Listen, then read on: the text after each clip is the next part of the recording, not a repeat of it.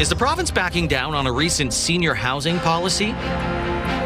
Amalgamation talk as SUMA wraps up its convention in Regina. Saskatchewan sees a drop in workplace injury claims. Live from our studios in Regina, this is CTV News.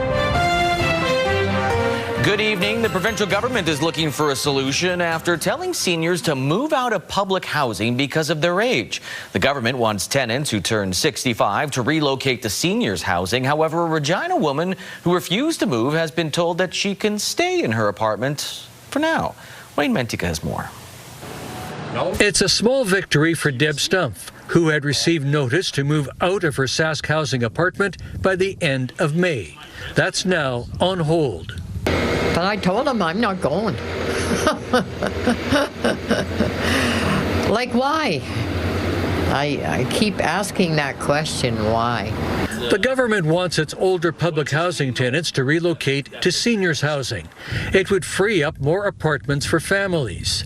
This week, a group of older tenants appealed their case to the minister in charge of Sask housing. Jensen, the minister, he was very understanding and wanted to listen and wanted to come up with some solutions. The tenants say they don't understand why seniors and families can't live in the same building.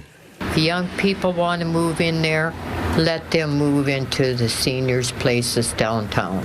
A lot of young people like to be downtown at the Cornwall Centre and stuff like that, you know. I just don't like the policy. The government says the policies are written into the tenant's lease. It says they are long-standing and apply province-wide. Wayne Mantica, CTV News, Regina.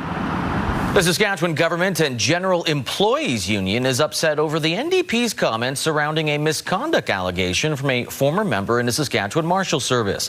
Last summer, an unidentified marshal resigned and the NDP filed a Freedom of Information request looking for records related to the investigation. The NDP spoke about this issue on Friday, saying that the government refused to provide any information, seeking transparency on what happened.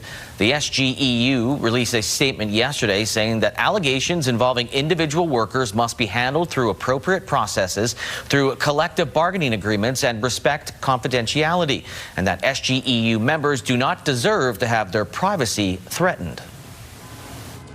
We represent our members, and I think our main concern right now is the reputational damage that this is trying to cause for the marshals.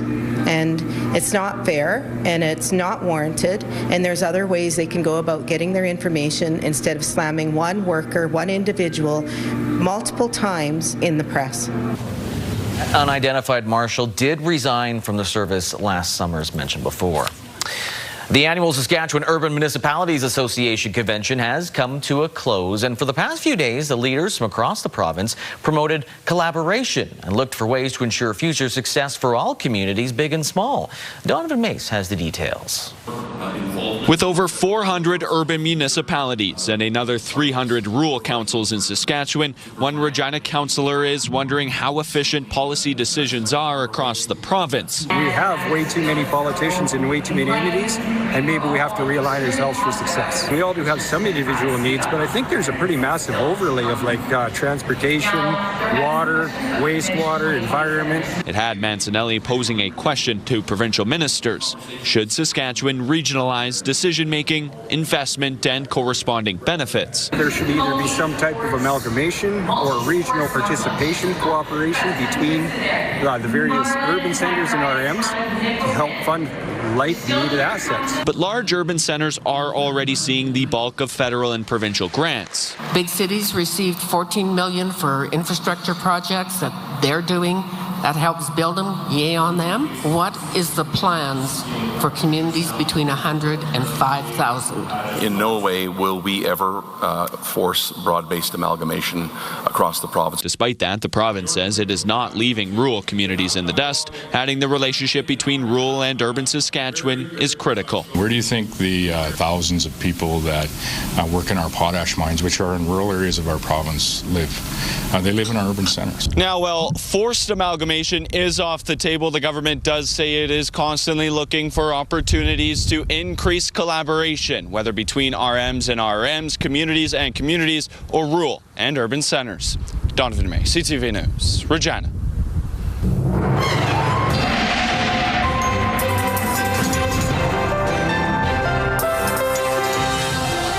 All right, Sabine's here to give us the bad news about something wicked this way comes. Between you and my brother, who said no one's going to like you after what you have to tell them tonight, it's just Saskatchewan weather. It's not your fault. You're right. It's not my fault. There is a snowstorm on the way, Lee, and we're starting to see the weather statements that we saw earlier put into effect for many parts of southern Saskatchewan now shift into snowfall warnings, and that does include areas like Kindersley, Swift Current, and Regina and Moose Jaw. I would not be surprised if we start to see those warnings extend further into Saskatchewan later this evening. Now, the system that's bringing all of this snow will start later tonight, mostly in the overnight. Along the southern border, mainly along the border to the Trans-Canada Highway, we'll start to see that precipitation in the form of rain before it transitions to snow. Now, as of right now, there's still a little uncertainty with these models in terms of where the heaviest snowfall will be, but I can tell you much of southern Saskatchewan will be seeing about 20 centimeters of snow, and that does include Regina. Some areas will be spared, like Maple Creek, but temperatures are also dropping. I'll have all the details coming up in your full forecast. Lee? Well, Maple Creek's been hit hard with the last one, so kind of fair that they don't see too much damage this time around. Well, when it comes to workplace safety in Saskatchewan, the downward trend continues, but not when it comes to fatalities. Sierra D'Souza Butts has the details. When it comes to safety in the workplace, the Saskatchewan Workers' Compensation Board feels the situation is improving provincially. Our time loss injury rate, which is time loss claims plus fatality claims, dropped to 1.66 per 100 workers in 2025. In 2025, the WCB received 17,401 injury workplace claims, the lowest ever. A result, the WCB credits to the combined efforts of workers, employers, and safety associations. We're very confident in the future of WCB and how we're investing in strategic initiatives where we hope to reduce the cost of claims, reduce the number of claims, continue to do well in our investments. As part of the board's report, WorkSafe Saskatchewan remains focused on 3 high-risk industries, including healthcare, transportation, and construction. The WCB has also noticed a change in what types of claims are being made. We're seeing more psychological claims, more occupational disease claims. These are longer term, more complex claims, and they're more costly, including durations. Although 89% of Saskatchewan workplaces reported 0 injuries or fatalities, there were 27 workers who died from workplace injury or illness. These workers in Saskatchewan had their lives cut short because of work-related injuries and occupational diseases. The board hopes they can prevent tragedies in the future with resources like WorkSafe Saskatchewan, a goal they feel everyone in the province is working towards. Sierra D'Souza Butts, CTV News, Regina. Saskatchewan Polytechnic has announced another round of layoffs. The institution says 18 faculty, 9 professional service employees, and 3 out-of-scope employees received layoff notices this month. Sask Poly says it continues to face significant challenges as international enrollment has not rebounded and is not expected to in the next academic year. It's not known which campuses will be impacted. Frontline workers are concerned the overdose situation in Saskatoon is going to get worse in the coming weeks after the closure of Prairie Harm Reduction. Stacey Hine has more. The Saskatoon Fire Department says it's responded to 195 overdose calls in the past 2 weeks, already higher than any month so far this year. The Saskatoon Community Clinic says it's seeing that spike firsthand, with numbers now approaching last spring's surge. March alone hit 509 overdose responses from the fire department. We are seeing numbers that are approaching, if not the same as the worst of the numbers from last spring. The Saskatchewan Union of Nurses says the pressure is also showing up in Saskatoon hospitals. Both have reported reported an increase in overdoses and those who use drugs accessing the ER, which, ERs are already beyond capacity, and so we're seeing more and more come in. The fire department says nearly a third of recent overdose calls were within 5 blocks of Prairie Harm Reduction. The organization closed last week following the March 26th shutdown of its supervised consumption site when it lost its federal exemption. With it, access to a drug checking machine was lost, a key tool for identifying substances and informing alerts. We're flying blind when we're doing a response. We don't know what folks have taken. We don't know what the unexpected substance is, so we don't know how to counteract that quickly. The province says no decision has been made on a new location for the drug checking machine. So because there's no exemption any longer, that machine can't be used, so we're just determining what will happen with it next. In a statement, the Ministry of Health says there's no data at this time linking the recent spike in overdoses to the closure of Prairie Harm Reduction. But with one less organization, many are bracing for things to get worse. There's just so many people that we already knew we weren't going to be able to keep up. And now we have one less provider doing the work. Esther B. says many organizations are preparing for this to be the worst summer they've experienced. Stacey Hine, CTV News, Saskatoon. We're hearing from the family of Bailey Maurice after Saskatchewan's appeal court upheld the decision to stay the charges against the driver that struck and killed the 9-year-old girl as she went to school. Central to the case was the long delays in a trial exceeding national limits. But as Keenan Sorokon tells us, the family feels the legal decisions lost track of the trial's intent. It never really got to a stage where we feel like there was representation of a victim. Sarah Smokey Day, a spokesperson for the family of Bailey Maurice, says Charter of Rights and Freedom arguments have shaken their belief in the justice system. Maurice was killed after she was struck by a vehicle on her way to school in September 2021.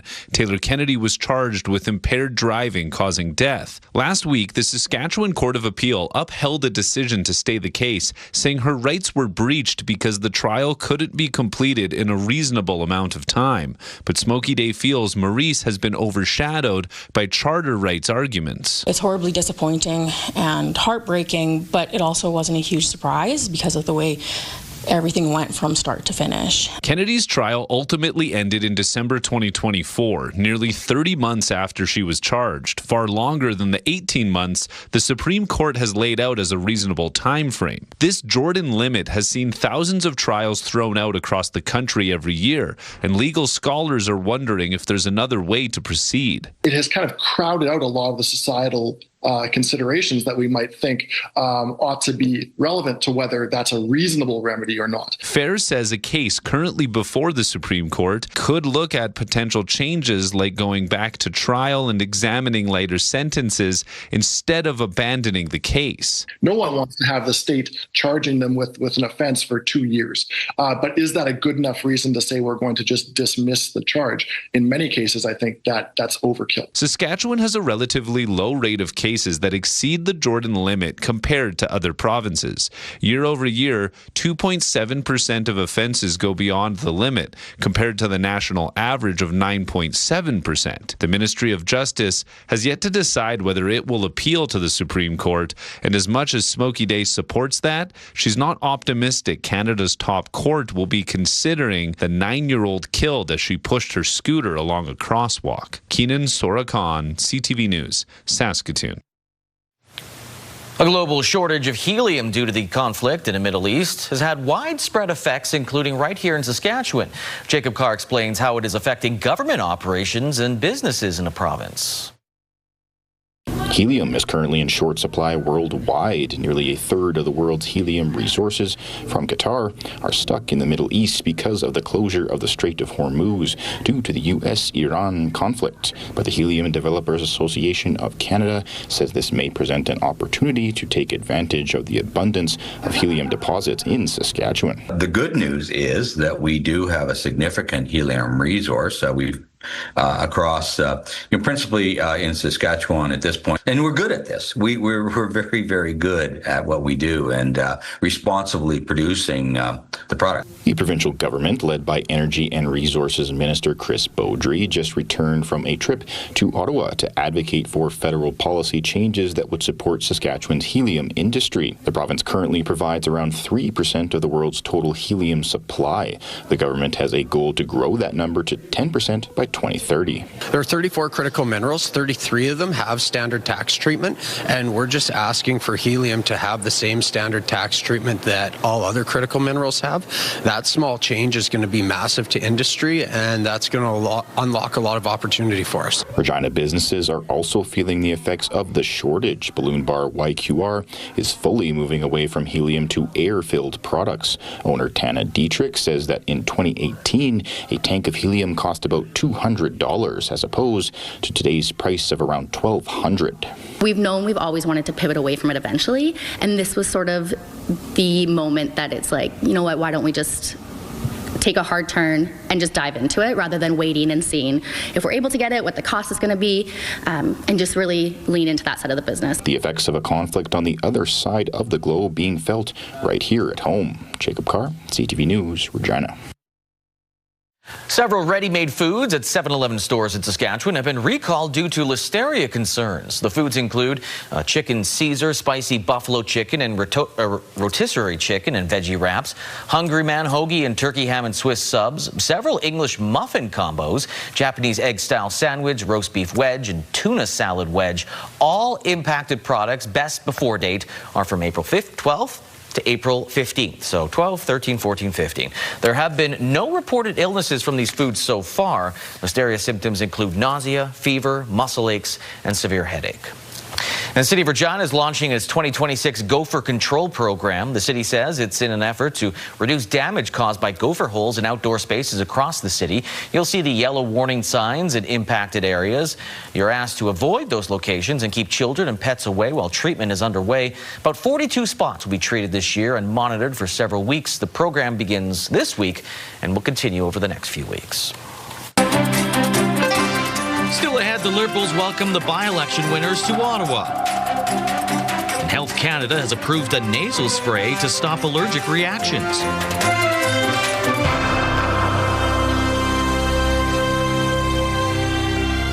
Where they sit on the political spectrum isn't the only difference right now between the Liberals and the Conservatives. As the Liberal government welcomed its newest members in Ottawa to mark its majority status, the Conservatives left defending its leader following a shocking floor crossing and declined support in this week's by-elections.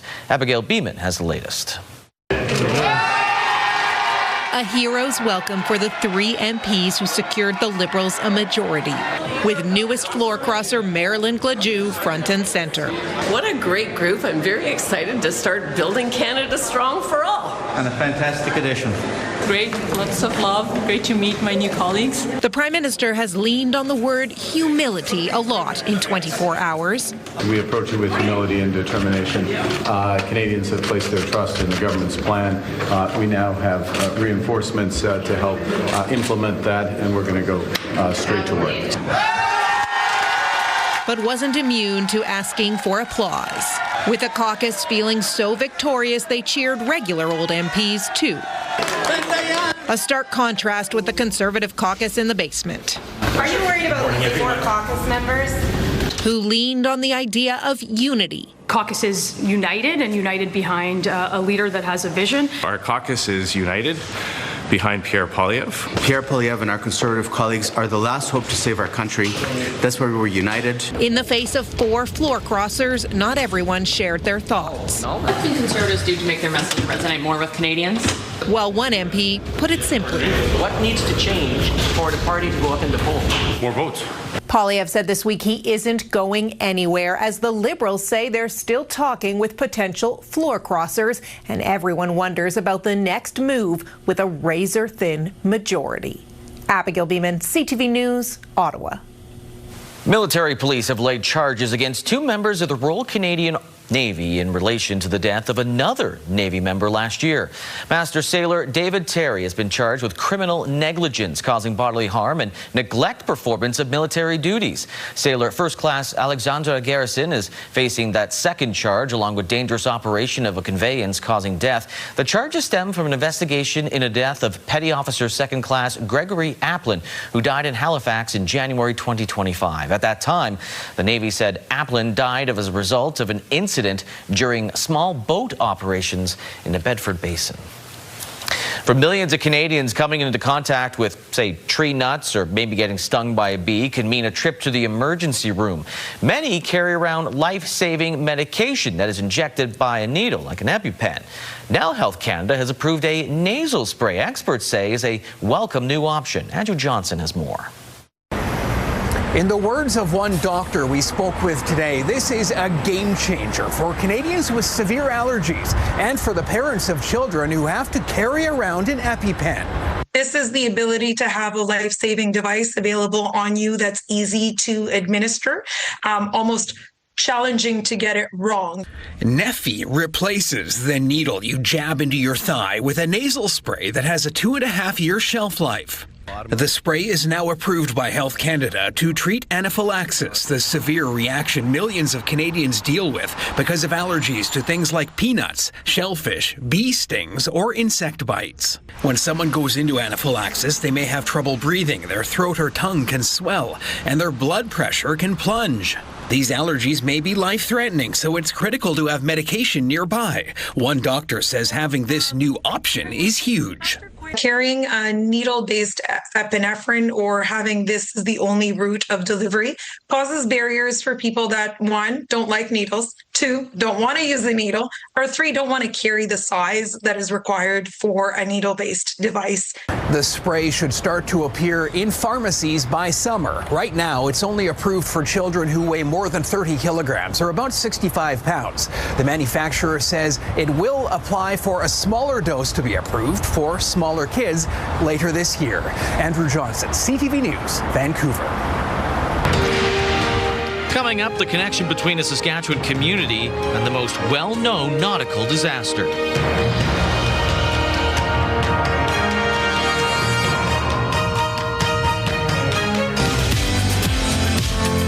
The Sheepdogs are coming back to Saskatchewan. Thursday on Your Morning, we are in conversation with the band ahead of tour stops right here in the province.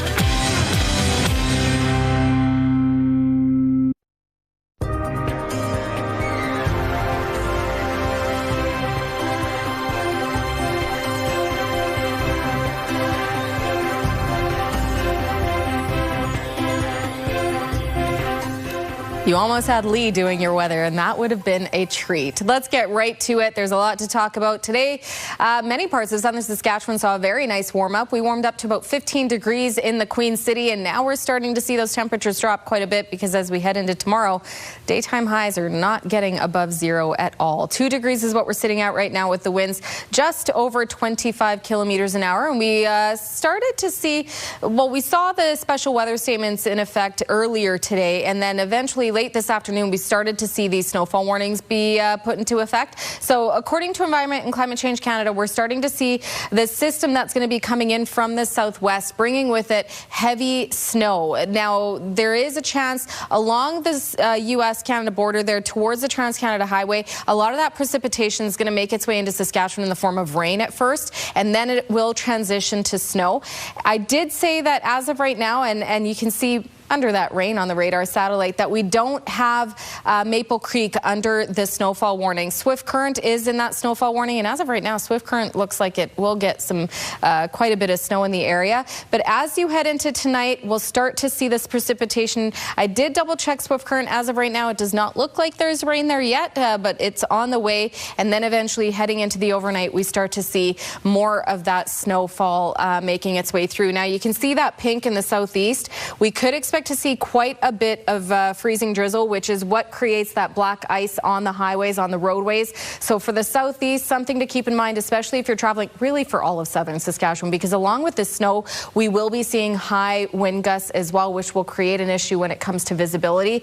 And I'm just going to keep this map moving. You can see that the snow is sticking around first thing in the morning into late afternoon, and then even expecting to see it start to stick around into Friday for parts of central Saskatchewan. You can start to see that snow clearing out for further down in the southeast, but the entire system is expecting to be completely cleared out of Saskatchewan by Friday evening. And then we head into clearer conditions and the warmer temperatures bumping above zero for the weekend, but really warming up by the start of next week. So that's something to keep in mind. In terms of snowfall totals between now and tomorrow morning, if you're heading to work around 9:30, this is what we're looking at snowfall-wise. 6 centimeters for the Regina Moose Jaw area, even around Swift Current.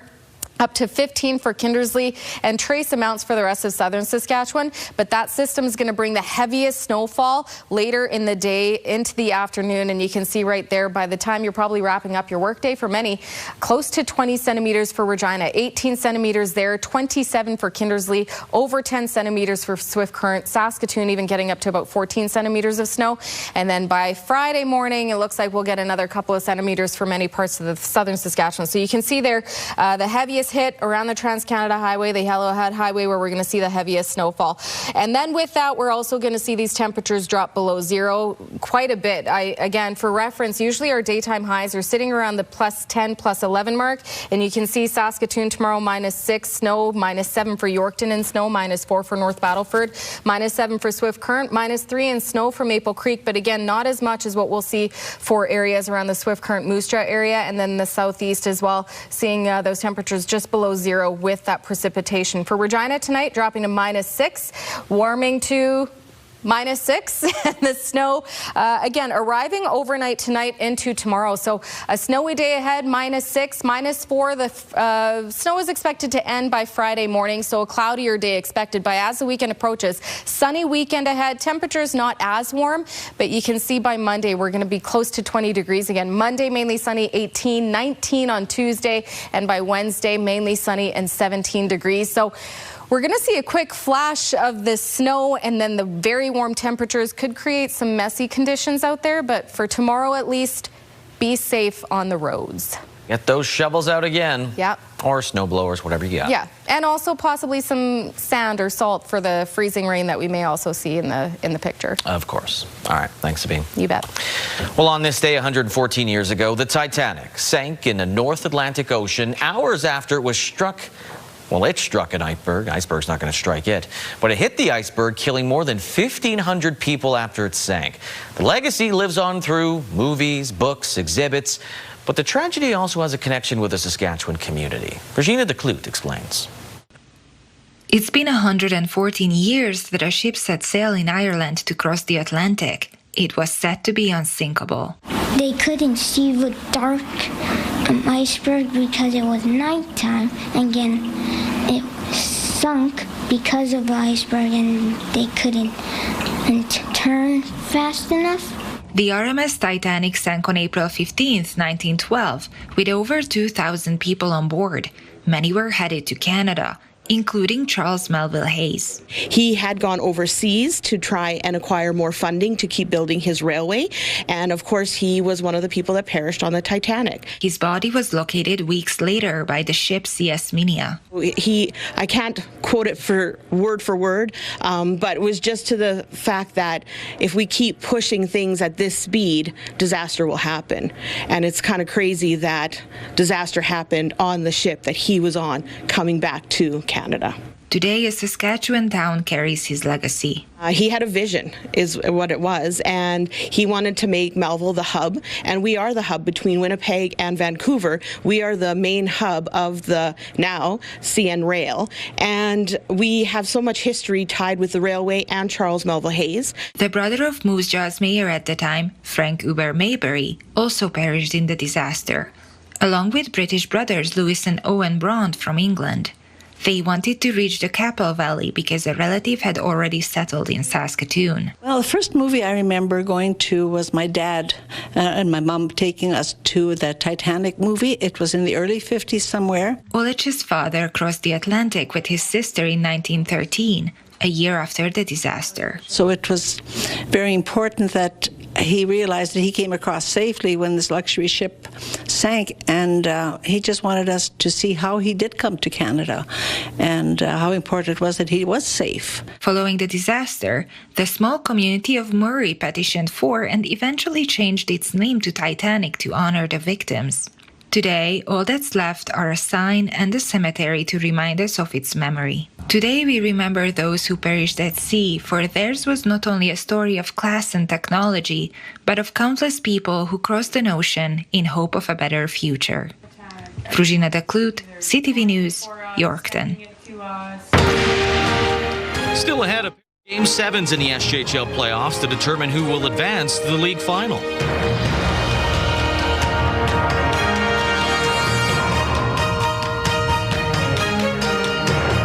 It is 7th heaven tonight in Yorkton as the Yorkton Terriers host the Battleford's North Stars at the Westland Arena, with a winner earning a trip to the Canalta Seeds Cup final.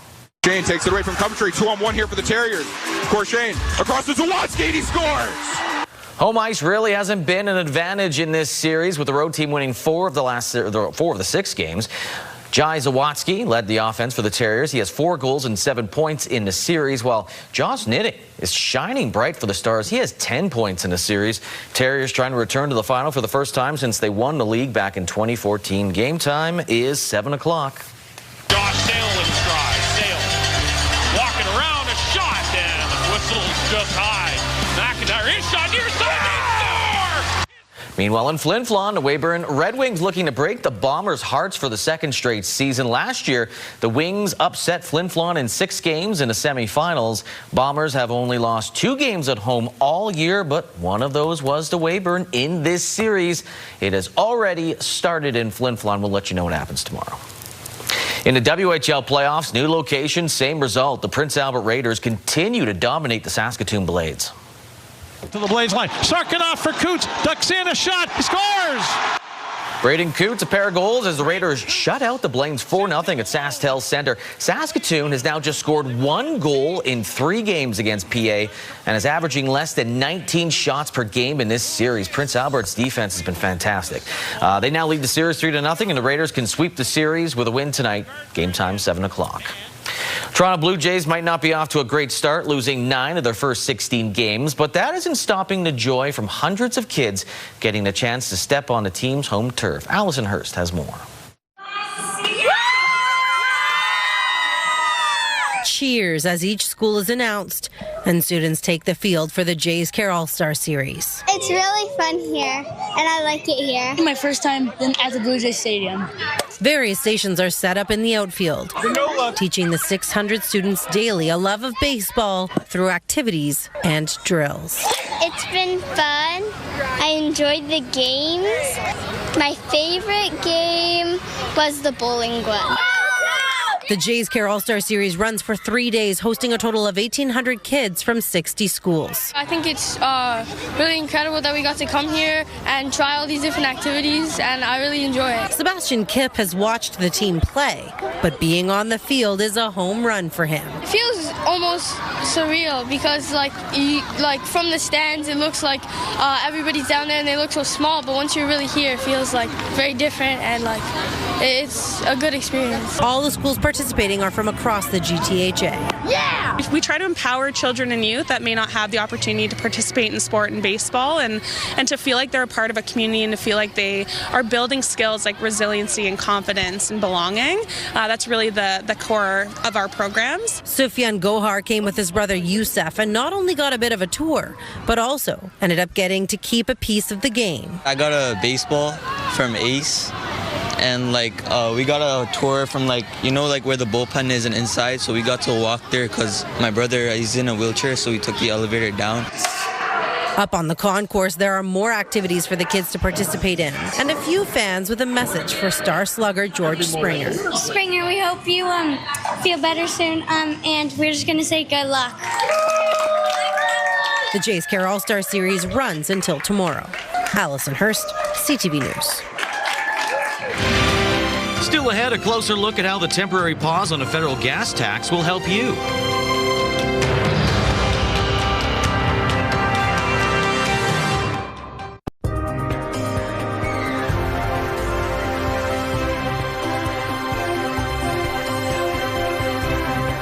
All right, welcome back. Let's take a look at what the rural forecast is looking like. And honestly, for central southern Saskatchewan, we're going to continue to see cooler conditions, much cooler than what our average daytime highs are usually at, and cloudy and snowy conditions. So taking a look at, well, Meadow Lake is going to see a little sunshine, -2 up there. Spiritwood -4 and cloudy. And then we got heavier snowfall for Wynyard Outlook -7. A little less snow for Melfort -7 there, -6 for Hudson Bay and snow. And for Watrous, heavier snowfall for Kindersley -8 and -4 for Lloydminster. When we get closer to that southern border again, we'll see heavier snowfall there as well. Temperatures still below 0, but maybe a little warmer, especially for areas like Coronach -2, -3 for Rockland, and Maple Creek -4 for Assiniboia.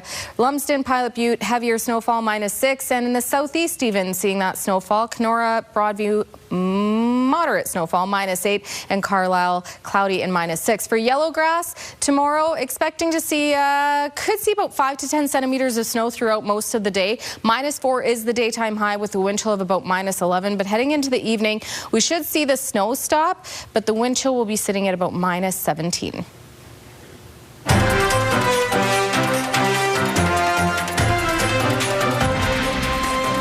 Canadians will see some relief at the pumps after the federal government announced a temporary gas tax cut that starts on Monday. Carla Shinkaruk takes a look at what it means for drivers here in Saskatchewan. I think anything that lowers the price of gas would definitely help. As fuel prices continue to fluctuate, a new federal tax break is promising some short-term relief for drivers. The measure is expected to lower prices by several cents per liter through the summer months, which could save this commuter a lot. I mean, my vehicle went from about $130 or $120 up to, I think it was $183 the other day. But not everyone is feeling the same pain at the pumps. This resident tries to limit the use of his car. I think it's great. I do think, though, that if people didn't drive everywhere, people would be a lot better off. And this driver is very happy with her decision to go electric. Very smug about having purchased it. I think it was 4 or 5 years ago now. Yeah, just in time, really, it felt like. Others say the conversation should go beyond the price of gas altogether. I think we need actually more than gas prices reduced, to be honest. But grocery prices are so high. If you consider the amount of increases that we've had in the last 30 years. While the federal government moves to cut its portion of the tax, Premier Scott Moe said this. We welcome affordability measures. That's something that we've been focused on in a different way. Stopping short of promising any sort of cut on Saskatchewan's tax. We're always, looking at what can we do to better serve the people of Saskatchewan in, what is an increasingly inflationary environment. Experts say while drivers may notice a small drop come Monday, bigger factors are still at play. We are dealing with a massive energy shock. It hasn't become apparent, I think, to a lot of Canadians and North American markets. One of the main reasons, production shortfalls.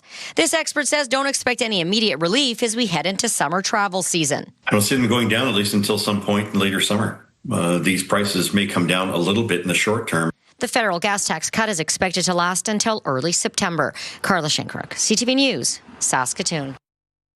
From potash to uranium, mining has become a huge industry in this province. And today, Saskatchewan's largest mining conference kicked off in Saskatoon as industry leaders shared the progress and challenges they are experiencing.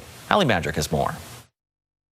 Nearly 3,000 people representing the province's mining industry gathered in Saskatoon for the 18th annual Saskatchewan Mining and Supply Chain Forum, marking an all-time attendance record for the event. We have more mining investment in Saskatchewan. It's going to be close to $7 billion than this year, than Ontario, than Quebec, than BC. So Saskatchewan is where it's at for mining right now.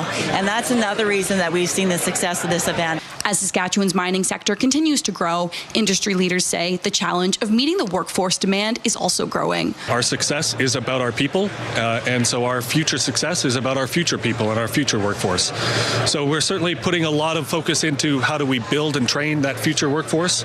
Schwann says gatherings like this one are an opportunity to address the specific labor shortages within the industry. Mechanical engineers, geological engineers, nuclear engineers. The U of S is going to be really important in that capacity. But the real crunch is on the skilled trades right now. While the need for more workers is on the minds of many, Clark says the future is still looking bright for Saskatchewan's mining industry, so long as those challenges are addressed early. It's interesting to see how other organizations are doing that. It's a common problem. It's a common problem across not just our industry and across Saskatchewan, but really across the country as well. The two-day forum wraps up on Thursday with Premier Scott Moe scheduled to give the keynote address. Hallie Mandrick, CTV News, Saskatoon. Canola street price is up $2 today to $654.63 per ton. The futures price up $2.10 to $705.90 per ton. Amber durum wheat, $278.59 per ton. Red spring wheat's up $1.72 to $278.65 per ton. Feed barley, $250.88 per ton, while flax is $630.54 per ton. Those prices courtesy of Bunge and Ice Futures Canada. Markets, the TSX up 53 points. The Dow Jones went the other way, down by 72 points. The Canadian dollar, it went up a little more than 0.2 cents to 72.84 cents US. Commodity front, gold down $50.71. West Texas Intermediate crude down 6 cents, while Western Canadian Select crude dropped by $4.68. Gas in Regina still staying at $1.69.9 cents per liter, but we know that's going to drop at least on Monday.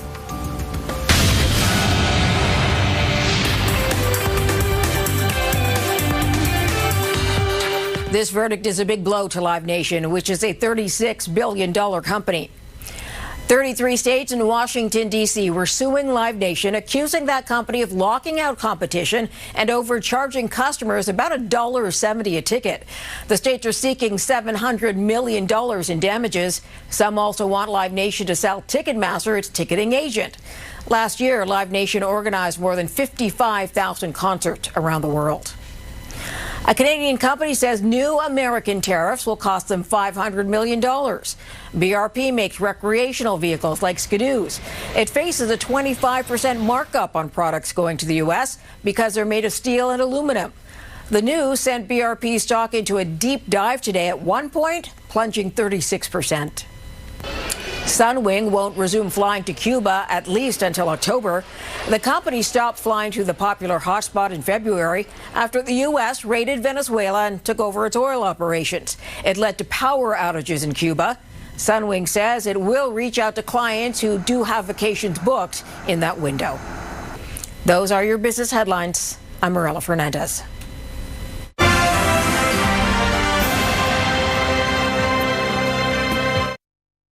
Coming up tonight after the newscast, we've got Master Chef followed by The Floor. What's that again? It's a show where you cook and then you different floors. For real? I don't know. Oh, okay. No, it's the one where they all stand on the floor and they got to get quizzes, and if they get it wrong, they're out.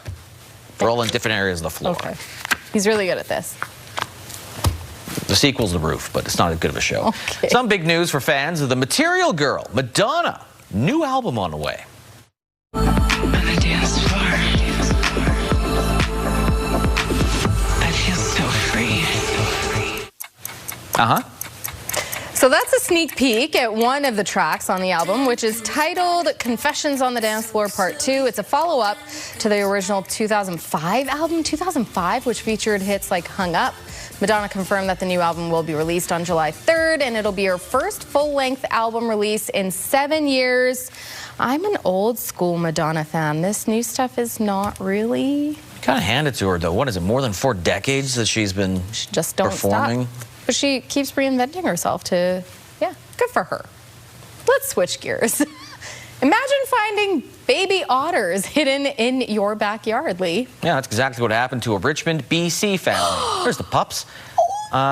Near the Fraser River they're leaving. So after noticing a river otter regularly visiting their shed, the homeowners called a wildlife removal company. Technicians found a hidden den with 3 week-old pups inside. The trio was put in a heated box nearby, allowing mom to retrieve them. And the shed is now covered in screening. So there you go. An otter, 3 pups. I would have thought she would have gotten really protective if anyone came near them, but I mean, I don't know how otters work. No? Don't know how otters work? No. Do you? Well, I thought you ought to know. I think I just hand it to him. Please drive safe tomorrow. Keep an eye on the highway hotline.